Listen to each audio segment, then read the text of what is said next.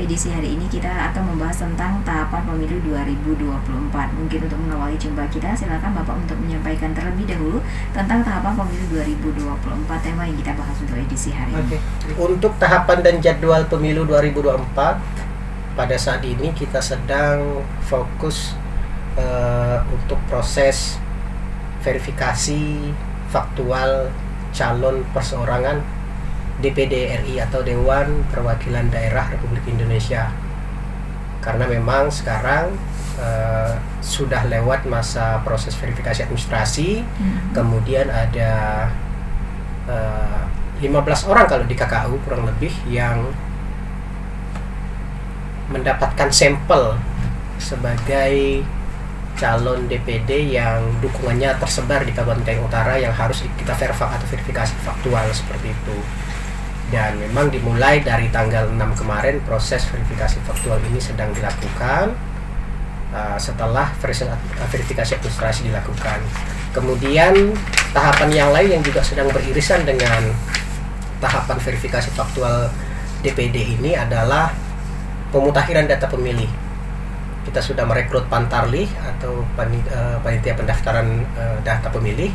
Kemudian insya Allah di tanggal 12 Februari ini kita akan melakukan proses pelantikan, kemudian apel kesiapan, sekaligus BIMTEK. Kemudian sorenya kita akan melakukan gerakan pencocokan dan penelitian serentak atau coklit serentak di Kabupaten Kayong Utara. Kita akan mencoba langsung melakukan pendataan dari rumah ke rumah untuk mendata pemilih yang ada di rumah-rumah tersebut, apakah sudah memenuhi syarat sebagai pemilih atau misalnya apakah sudah tidak memenuhi syarat lagi sebagai pemilih, seperti itu. Nah, ini gambaran dua tahapan yang sedang beririsan. Sedangkan tahapan-tahapan yang lain yang juga tentu kami lakukan tentu saja adalah sosialisasi terutama di medsos, kemudian juga melalui kerjasama dengan berbagai pihak. Kemudian menyusul nanti sekitar memasuki bulan awal Mei itu adalah proses tahapan jadwal pencalonan untuk Dewan Perwakilan Rakyat secara nasional, baik itu DPR RI, kemudian DPRD provinsi dan DPRD kabupaten kota. Nah, ini tahapan yang sedang berjalan, Mbak. Dalam proses-proses yang saat ini sedang berjalan, tentunya ada kendala-kendala yang dihadapi. Menurut Bapak sendiri, kendala-kendala yang dihadapi tersebut ini sudah hal yang biasa atau mungkin lebih parah dari pemilu-pemilu yang sebelumnya? Dengan kesiapan-kesiapan yang sudah kita lakukan, insya Allah permasalahannya kurang lebih sama saja seperti pemilu 2019. Namun insya Allah akan bisa kita atasi lah. Seperti contoh kaitan dengan verifikasi faktual ini kan kita akan turun ke lapangan mencari orang-orang yang namanya tercantum sebagai yang memberikan dukungan kepada setiap calon peserta pemilu tersebut, yakni DPD. Nah, kita akan datangi. Yang menjadi masalah seringkali memang adalah sulitnya menemui di lapangan seperti itu. Kemudian kadangkala ketika ditanya, ada yang sebetulnya memang tidak tahu menahu. Dia tahu menahu, oh ternyata namanya masuk dalam daftar dukungan calon perseorangan tersebut, seperti itu. Nah, namun ini sudah juga kita BIMTEK sampai ke tingkatan PPS kita di tingkatan desa.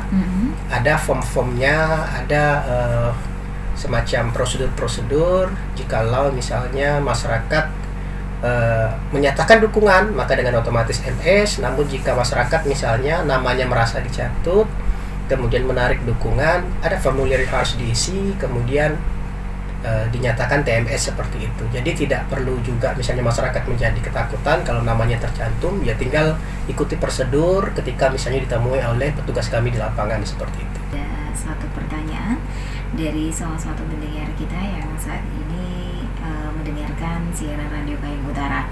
Assalamualaikum. Waalaikumsalam. Selamat siang, Mbak. Selamat siang juga. Kami pendengar yang ada di Jalan Bayangkara ini menanyakan, katanya apa saja teknis penyelenggaraan pemilu 2024, kemudian tahapan-tahapan yang saat ini sudah berlangsung. Terima kasih. Oke, silakan Bapak. Untuk tahapan yang sedang berlangsung saat ini, ya seperti yang saya sampaikan tadi, saat ini yang sedang beririsan itu adalah tahapan verifikasi faktual calon DPD untuk kita dapat mengetahui apakah validitas orang-orang yang namanya tercantum sebagai pendukung atau yang memberikan dukungan kepada calon-calon perseorangan DPD tersebut dengan melalui verifikasi ke lapangan seperti itu. Kemudian tahapan yang juga sedang beririsan adalah pemutahiran data pemilih yang insya Allah karena Pantarlihnya sudah sedang dalam proses direkrut, kemudian insya Allah di tanggal 12 itu kita akan melakukan pelantikan BIMTEK sekaligus apel kesiapan di tiap desa, dan tanggal 12 itu juga kita akan melakukan coklit serentaknya. Nah, ini dua tahapan yang memang sedang berproses itu. Kemudian untuk teknis-teknis penyelenggaraannya kan memang kita diatur berdasarkan regulasi atau PKPU yang secara teknis, kemudian ada petunjuk teknis yang mengatur terkait kegiatan-kegiatan berbagai tahapan ini. Nah, misalkan verifikasi faktual itu ada lembar kerjanya yang kita menjadi semacam acuan, kita turun ke lapangan untuk memastikan apakah orang yang menjadi pendukung ini MS atau TMS seperti itu berdasarkan hasil di lapangan. Misalnya kita ketemu dengan orang yang bersangkutan, kita langsung bertanya dengan lembar kerja yang ada, kemudian kalau misalnya mendukung kita MS, kemudian kalau tidak mendukung maka akan otomatis menjadi TMS, tapi mereka harus membuat atau mengisi formulir atau dokumen penarikan dukungan itu seperti itu. Sedangkan untuk pemutahiran data pemilih secara sederhananya adalah Pantarlih kita setelah di BIMTEK nanti, setelah dilantik akan melakukan coklit dengan turun dari rumah ke rumah dengan basis KK yang ada seperti itu. Akan membawa dokumen daftar pemilih yang di dalamnya ada NIK, kemudian NKK, kemudian nama, jenis kelamin, alamat, dan seterusnya. Kemudian akan dicocokkan, ditanyai. Misalnya kita datang ke satu rumah, ketemu dengan orang yang bersangkutan, di satu rumah itu, dalam KK itu ada berapa orang. Berapa orang yang misalnya memang telah memenuhi syarat sebagai pemilih, seperti itu. Maka akan didata. Kalau misalnya memang sesuai dengan data yang kita punya, ya kita akan tandai checklist bahwa ini memenuhi syarat sebagai pemilih. Nah, kemudian dalam satu keluarga itu apakah ada pemilih pemula atau tidak, misalnya yang sudah 17 tahun atau nanti sampai di hari H pencoblosan 14 Februari 2004 itu sudah mencapai 17 tahun seperti itu. Itu akan juga kita masukkan ke dalam formulir data pemilih kita seperti itu. Kemudian juga dalam secara teknis dalam pendaftaran pemilih seperti itu atau pendataannya, kita juga akan menjelaskan dan memberikan semacam penanda jika ditemui ada pemilih-pemilih yang memang sudah TMS.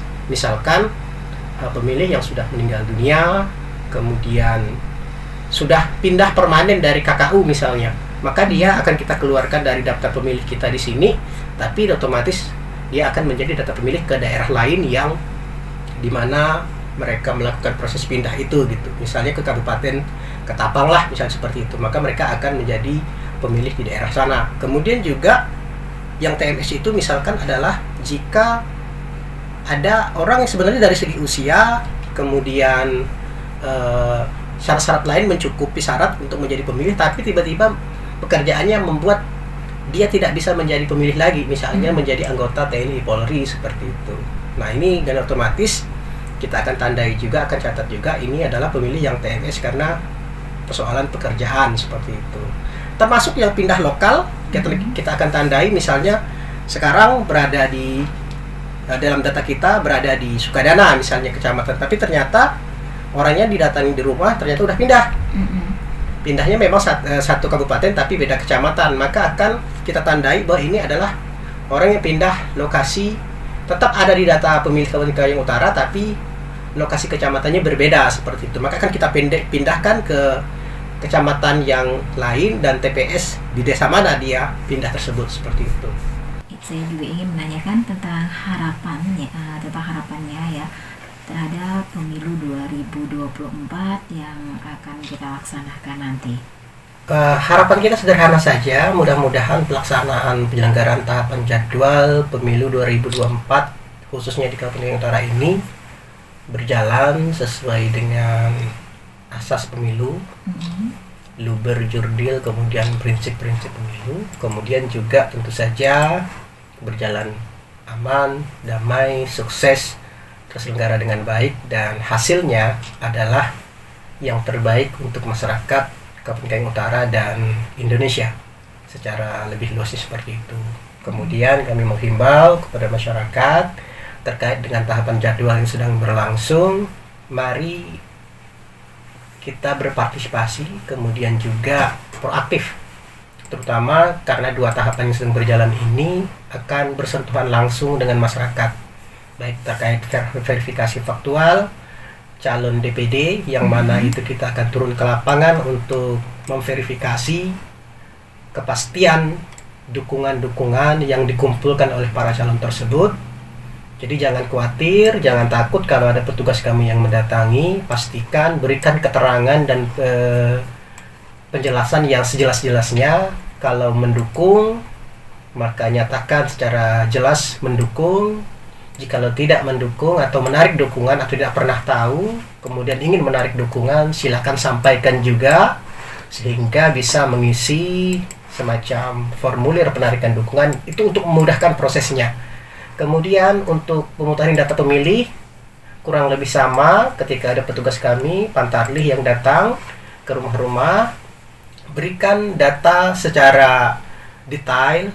Kemudian jika memang belum terdata, jangan lupa untuk menyampaikan bahwa kami belum terdata sehingga bisa dimasukkan ke dalam daftar pemilih yang baru seperti itu. Sehingga ketika sudah diumumkan dalam TPS, nama Bapak Ibu sekalian, fix masuk ke dalam daftar pemilih yang sudah diperbaharui oleh KPU. Pun ketika sudah diumumkan DPS atau daftar pemilih sementara masih ada yang belum, silakan berikan tanggapan masyarakat. Proaktiflah, karena kita tidak ingin nanti sudah di dekat hari H baru kita, bahasa orang kampung sini itu terantuk beruk tengadah seperti itu. Baru kita heboh, riuh karena nama kita tidak muncul dalam daftar pemilih. Sedangkan proses ini masih sangat panjang, masih memakan waktu berbulan-bulan untuk menuju proses penetapan daftar pemilih tetap seperti itu.